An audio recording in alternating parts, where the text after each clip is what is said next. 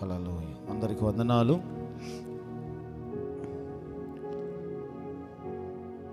Bible లేఖనాల్లో మత్తయి సువార్త 15వ అధ్యాయము 21వ వచనం నుంచి చదువుకుందాం. ఇక్కడ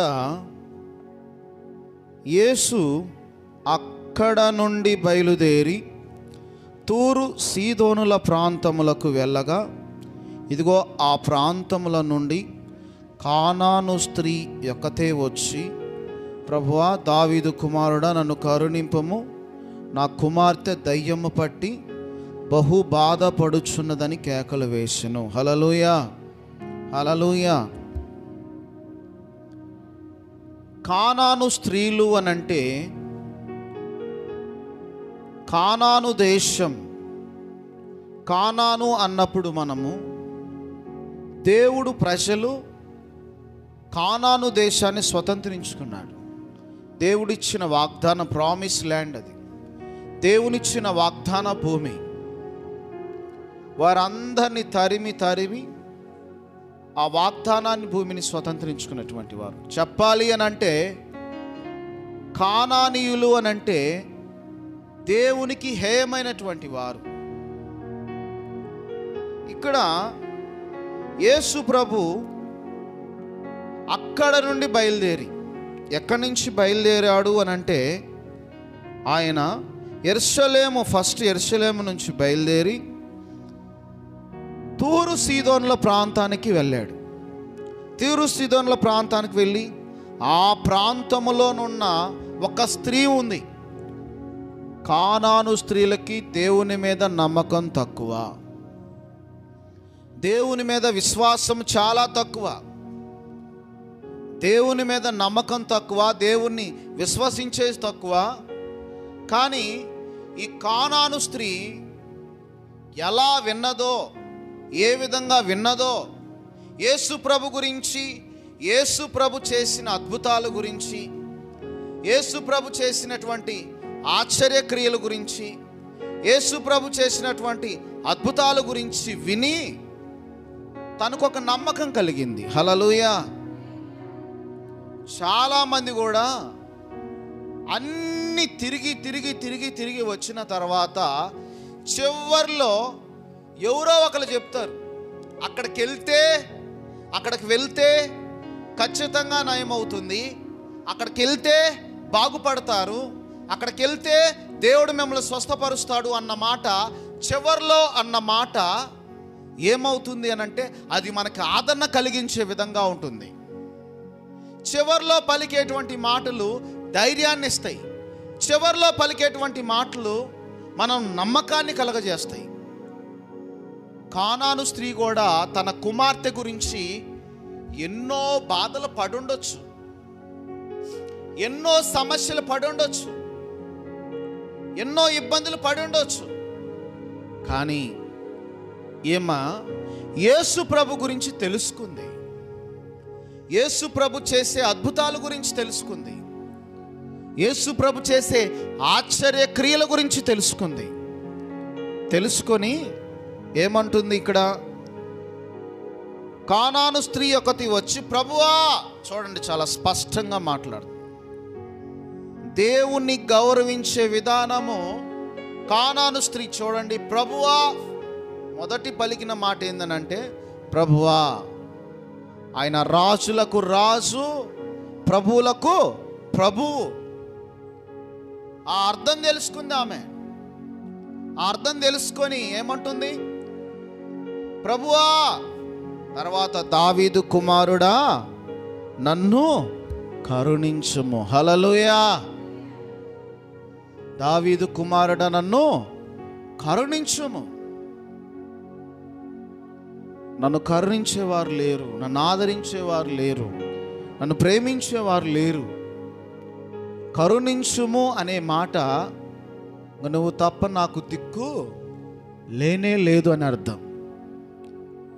నీవు తప్ప నాకు ఆదరణ లేనే లేదని అర్థం.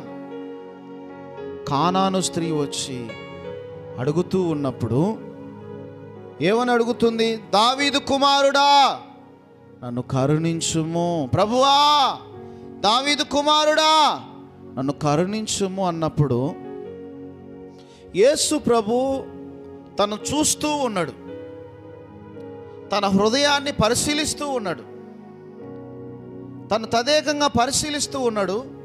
కాబట్టి కొన్నిసార్లు దేవుడు కూడా మనల్ని పరీక్షిస్తాడు. కొన్ని నిన్ను నన్ను పరీక్షించడం కోసం కొన్ని ఆలస్యం చేస్తాడు. అయినా సహనాన్ని కోల్పోకూడదు. ఆలస్యం అనేది దేవుడు మనల్ని పరీక్షిస్తున్నట్టు అర్థం. కొన్ని ప్రార్థనలకు జవాబులు రావట్లేదంటే కృంగిపోవాల్సిన అవసరం లేదు.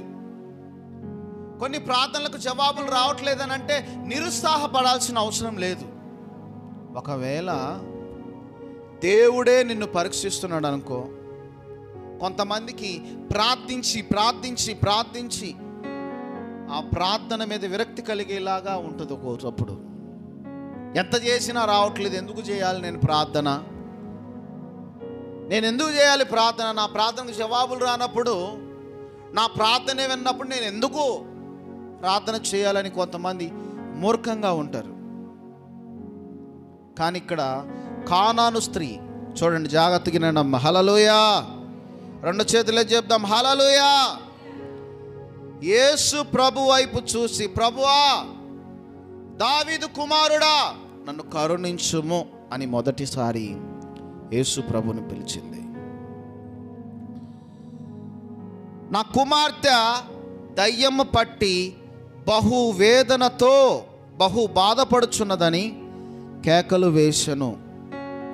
కరుణించు దావీదు కుమారుడా, కరుణించు, నా బిడ్డకు దయ్యం పట్టింది, నా బాధ ఏందో తెలుసా, నా బిడ్డకు దయ్యం పట్టింది, బహు బాధపడుచున్నది అని కేకలు వేసిను.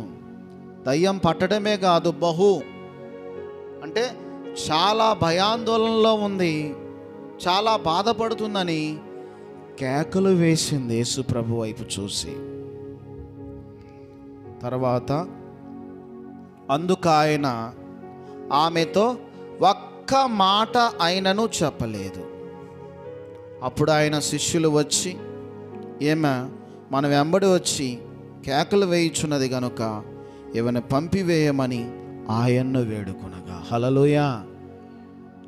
అంటే ఎన్నిసార్లు కేకలేసిందో, ప్రభువా, దావీదు కుమారుడా నన్ను కరుణించు, నా కుమార్తెకి దయ్యం పట్టింది, బహు బాధపడుచున్నదని కేకలు వేసింది. వినిపించుకోలేదు యేసు ప్రభు. మరలా కేకలేసింది, ప్రభువా, దావీదు కుమారుడా నన్ను కరుణించు, నా కుమార్తెకి దయ్యం పట్టింది, బహు బాధపడుచున్నది, చాలా బాధపడుచున్నది. ఆయన యేసు ప్రభు పట్టించుకోలేదు. యేసు ప్రభు వెంట 12 మంది శిష్యులు ఉన్నారు. ఎంతమంది ఉన్నారు? ఈ 12 మంది శిష్యులకు వినబడతా ఉంది. వినపడి ఏమంటారంటే యేసు ప్రభుతో అంటారు, అయ్యా అయ్యా మన వెంబడి వచ్చి కేకలు వేయుచున్నది, ఏమైనా పంపివేయ్యా, ఏదో ఒకటి చేసి పంపివేయ్యా అని శిష్యులు యేసు ప్రభు వైపు తట్టు చూసి మాట్లాడుతూ ఉన్నప్పుడు అప్పుడు ఆయన అంటాడు, ఆయన ఇజ్రాయేలు ఇంటివారై నశించిన గొర్రెల యొద్దకే గాని మరి ఎవని యొద్దకు నేను పంపబడలేదనెను. హల్లెలూయా.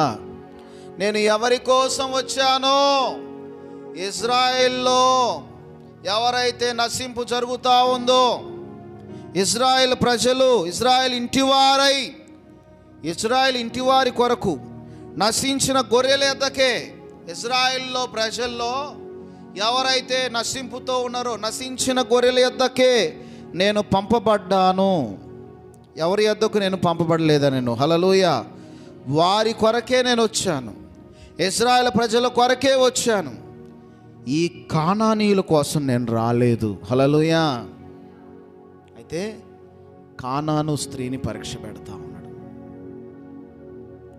ఆమె మాట వినబడుతున్నా కానీ ఆమెను పట్టించుకోవట్లేదు. కారణం ఏందో తెలుసా?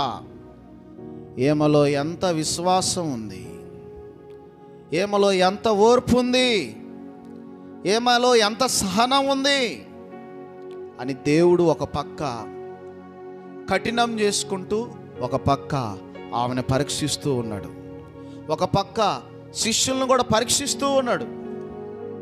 ఇవన్నీ జరుగుతూ ఉన్నప్పుడు ఈ మాట అంటమేంది? ఇజ్రాయేలు గొర్రెల నశించిన దాని కొరకే నేను పంపబడ్డాననే మాట.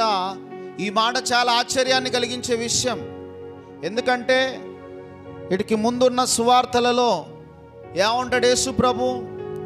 రోగులకే వైద్యుడు కావాలి, నేను పాపుల కొరకు వచ్చాను, నీతిమంతుల కోసం రాలేదు అనే మాట. పాపుల కోసమే వచ్చాను, నీతిమంతుల కోసం రాలేదు అంటే అర్థమైంది ఇక్కడ కానాను స్త్రీలు ఇలాంటి సమస్యల్లో ఉండోళ్ళు, ఇలాంటి బాధల్లో ఉన్నవారి కోసమే కదా వచ్చింది. మరి ఇక్కడ యేసు ప్రభు ఏమంటున్నాడు? ఇజ్రాయేలు గొర్రెల నశించిన వెతకని దానికోసమే నేను వచ్చాను, కానీ మరి దేని కొరకు నన్ను పంపబడలేదన్నమాట ఆమె విని ఏమంటుందో తెలుసా? హల్లెలూయా. అయినను ఆమె వచ్చి ఆయన మొక్కి, ప్రభువా నాకు సహాయము చేయమని అడిగాను. హల్లెలూయా. 2 చేతులకు చెప్పు, హల్లెలూయా. ఫస్ట్, ప్రభువా నన్ను కరుణించు, ప్రభువా దావీదు కుమారుడా నన్ను కరుణించు. మొదట కేకలు వేసింది. యేసు ప్రభు పట్టనట్టుగా ఉన్నప్పుడు, ఇలాంటి మాట పలికినప్పుడు మరలా యేసు ప్రభు దగ్గరకు వచ్చి ఆయన మొక్కింది అని అంటే ఏంది? కాళ్ళ మీద పడిందని అర్థం. హల్లెలూయా. మొదట నా అంత దూరంలో ఉన్నప్పుడు, ప్రభువా దావీదు కుమారుడా నన్ను కరుణించు, నా కుమార్తెకు దయ్యం పట్టింది, బహు బాధపడుచున్నది అని పలికినప్పుడు విన్నట్టుగా ఉన్నాడు. రెండవదిగా ఏం చేసింది? ఆమె ఆయన దగ్గరికి వచ్చి ఆయనకు మొక్కి, నాకు సహాయం చేయి. హల్లెలూయా. అంటే దీని అర్థమేందో తెలుసా? నువ్వు ఎంత తగ్గించబడతావో నీ కార్యం అంత త్వరగా నెరవేరుతుంది. హల్లెలూయా. చాలామంది పైకి ఇట్లా ప్రార్థనలు చేస్తారు, అయ్యా నాకు సహాయం చేయి ప్రభువా, ఈ విధంగా కేకలేస్తారు, ఈ విధంగా బాధపడతారు. కానీ నువ్వు ఎలా అడగాలో తెలుసా? రాత్రి ఆల్ నైట్ ప్రార్థనలో చెప్పుకున్న రీతిగా నువ్వు మోకాళ్ళేసి నీ సొంత తండ్రితో నీ సమస్యను ఏ విధంగా చెప్పుకుంటావో అలా తండ్రితో నువ్వు మాట్లాడుకున్నప్పుడు నీ మాటను వినే దేవుడు. హల్లెలూయా. నీ మాటను అంగీకరించే దేవుడు. రెండోసారి ఏం చేసింది కానాను స్త్రీ? ఆయన కాళ్ళ మీద పడింది, నాకు సహాయము చేయమని అడిగింది. సహాయము చేయమని అడిగినప్పుడు తర్వాత ఏం జరిగింది చూడండి. అందుకు ఆయన పిల్లల రొట్టె తీసుకొని కుక్క పిల్లలకు వేయుట యుక్తము కాదని చెప్పగా, హల్లెలూయా.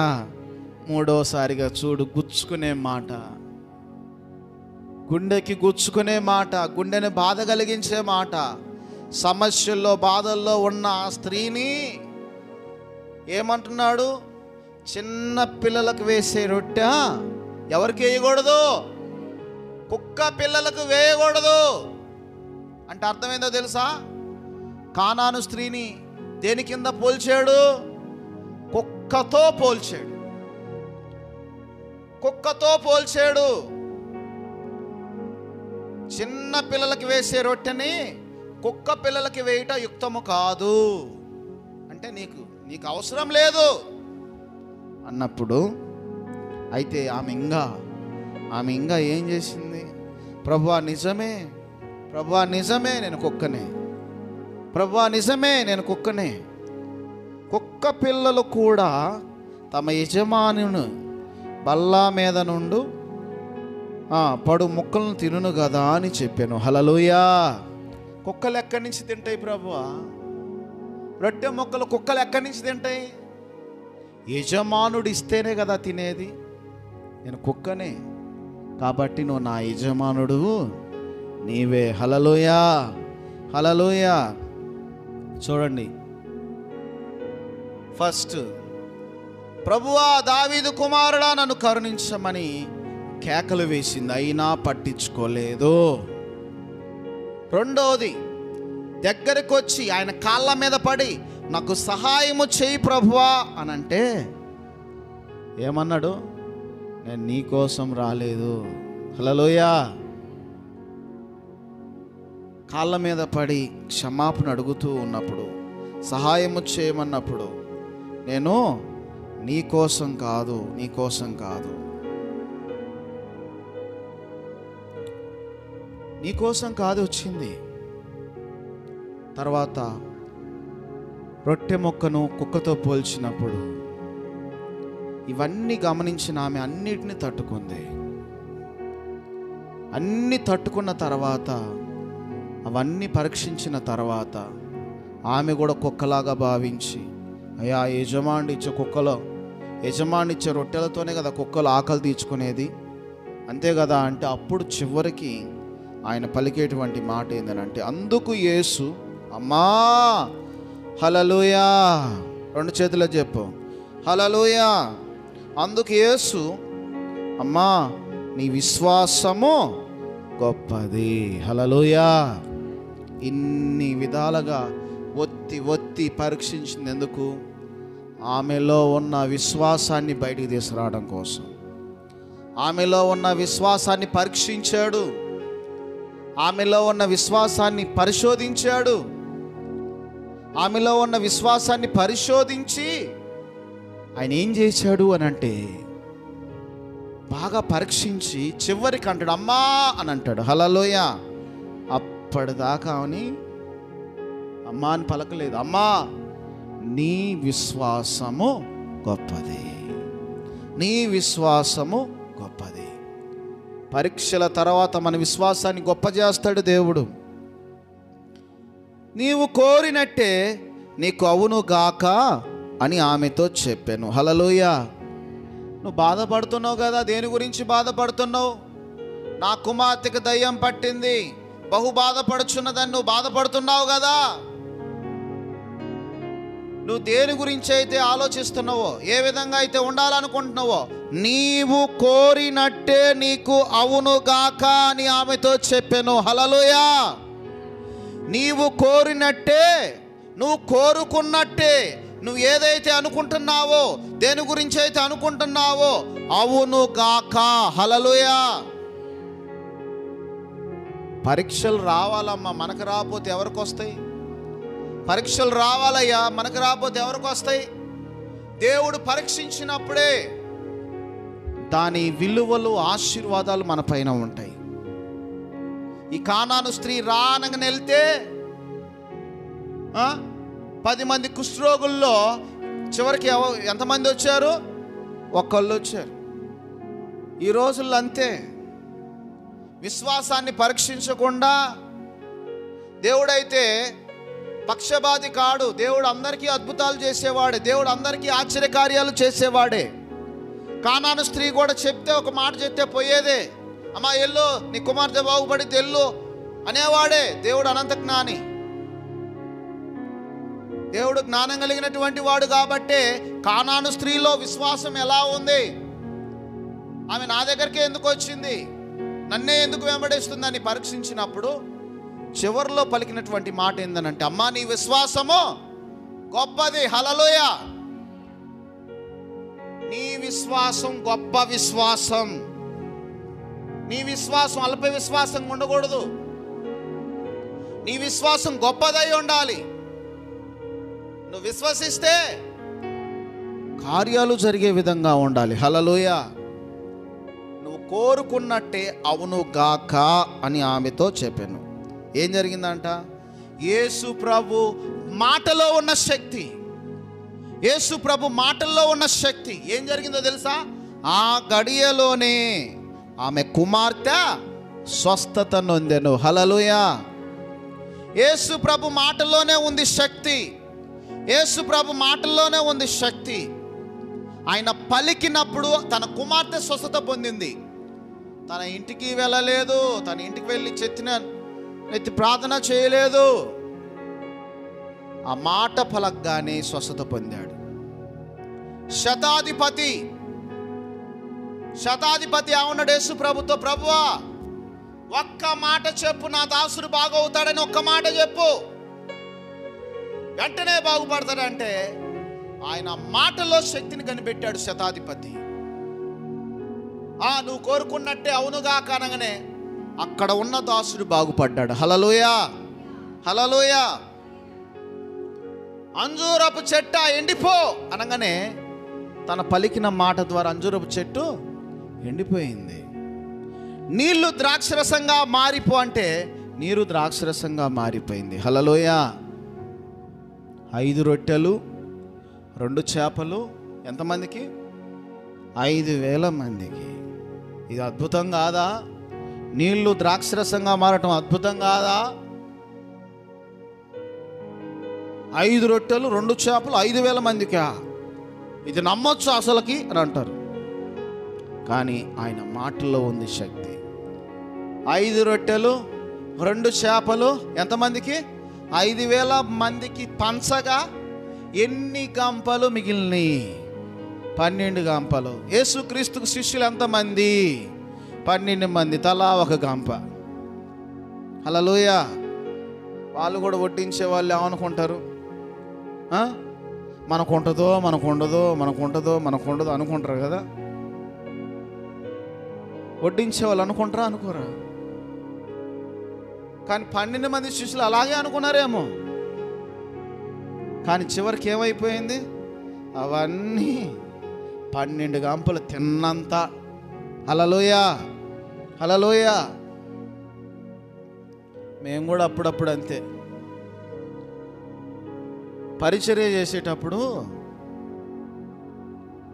మొత్తం పరిచర్య చేస్తాం అక్కడక్కడ. చివరికి మాకేది ఉండేది కాదు. హల్లెలూయా.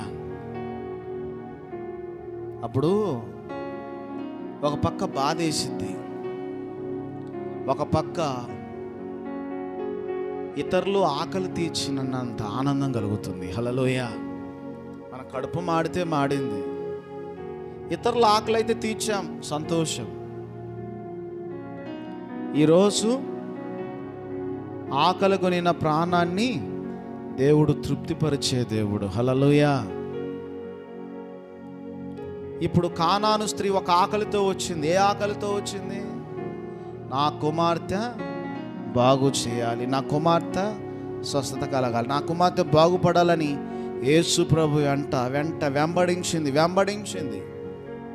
ఈరోజు ఏదైనా కానీ నువ్వు వెంబడించి దేవునికి మొర పెడితేనే నీ జీవితంలో ఒక పెను మార్పులు జరుగుతాయి. కానాను స్త్రీలాగా వెంబడించాలి, కానాను స్త్రీలాగా మొర పెట్టాలి, కానాను స్త్రీలాగా త్యాగం చేయాలి. పెదవుల ద్వారా పలకటం కాదు, అయ్యా అయ్యా అయ్యా అని పెదవుల ద్వారా పలకటం కాదు. పెదవుల ద్వారా పలికింది మొదటిసారి, రెండోసారి ఆయన కాళ్ళు మొక్కింది, మూడోసారి ఆయన కుక్క అన్న పడింది, నాలుగోసారి నీ విశ్వాసం గొప్పది అని యేసు ప్రభు చెప్పాడు. హల్లెలూయా. పరీక్ష లేకుండా మనం గెలవలేము. కాబట్టి ఈరోజు వింటున్న నీ విశ్వాసం ఎలా ఉంది? నీ విశ్వాసం కానాను స్త్రీలాగా నమ్మకంగా ఉంటున్నావా? కానాను స్త్రీలాగా ఒక్క మాట చెప్పు ప్రభు అని నమ్మకాన్ని కలిగి ఉన్నవా? కానాను స్త్రీలాగా దేవుడే ఈ కార్యం చేయగలడని విశ్వాసంతో కలిగి ఉన్నవా? అలాంటి విశ్వాసాన్ని కోల్పోతే అడుగు దేవుణ్ణి, ప్రభువా నీ మీద నాకు విశ్వాసం తగ్గిపోతుంది, నీ మీద నమ్మకం తగ్గిపోతుంది. నమ్మకం కోల్పోయినప్పుడు, విశ్వాసం కోల్పోయినప్పుడు ఏం చేయాలని చెప్పాను? చెప్పు.